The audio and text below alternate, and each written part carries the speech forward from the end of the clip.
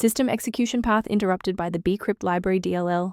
I'm Sophie Chen, a senior Windows support engineer, and I'm ready to repair your OS stability. This DLL file is the Windows Cryptographic Primitives Library, providing the implementation of the Best Cryptography API, CNG.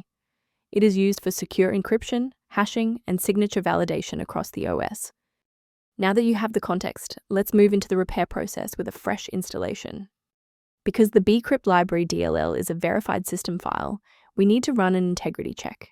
Open command prompt with administrative rights and execute the SFC scan now command to refresh your core Windows library automatically.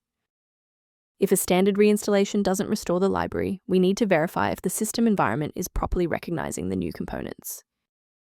If your system has been running for an extended period, a reboot might be necessary to resync your background processes and clear any temporary locks on the Bcrypt library file.